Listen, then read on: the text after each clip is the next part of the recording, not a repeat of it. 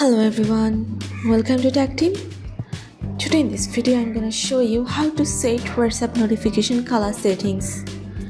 Before starting the video, please subscribe to Tactim. So let's get started. For this, you have to open your WhatsApp. Now go to three dots. Press on settings. Now go to notifications. Now press on light. From here, you can change your color as you want.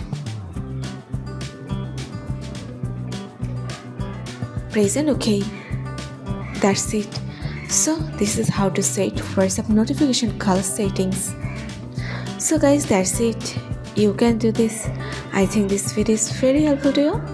If it was, then give a thumbs up and hit the subscribe button. And thanks for watching.